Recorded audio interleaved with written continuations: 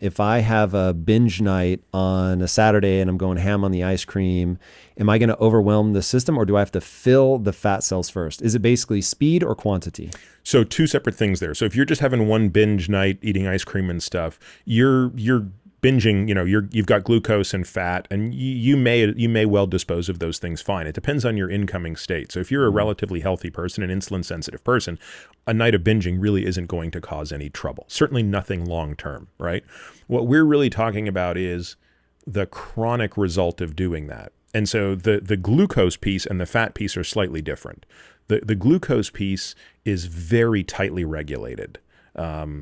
If you consider the difference between a person who doesn't have type 2 diabetes and someone who does, it's literally only the difference of 1 teaspoon of sugar in the blood.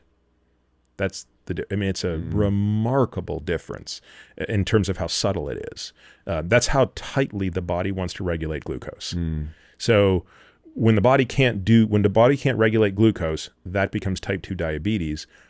Long before that's happened, you've usually started exceeding your storage of fat. And it's that excess fat that spills out of the bathtub that is making the body dysfunction around glucose regulation. I've recently heard that it's more dangerous to be a lean diabetic than to be an obese diabetic. Do you agree with that? The data absolutely suggests that is the case.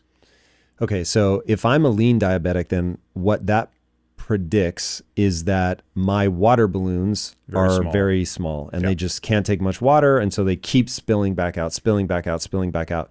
So if I'm a lean diabetic, I probably have a ton of fat around my viscera. Yeah. And that doesn't translate to much weight on the scale, because you don't need much of that visceral fat, peripancreatic fat, intrahepatic fat.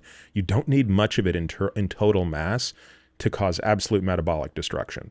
Okay. And so that's why the lean, insulin resistant, the lean person who's metabolically unhealthy has the worst outcome.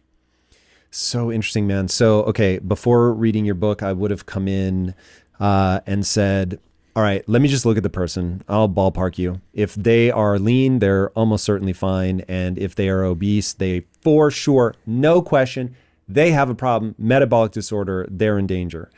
I get the feeling from reading your book, while that may sometimes be correct and maybe directionally at the population level, it's fine, but that an individual actually can be fat and healthy. Yep. And that a lean person can effectively have the blood of somebody who's morbidly obese. Yeah, you're absolutely right. At the population level, we can look at things like BMI and make general broad statements. But at the individual level, to do anything other than ask the question specifically about that person is to do a disservice. And you're right, up to a third of people who meet the BMI criteria for obesity, they are metabolically healthy and their life expectancy is the same as a lean person. Jesus. Okay, so when I read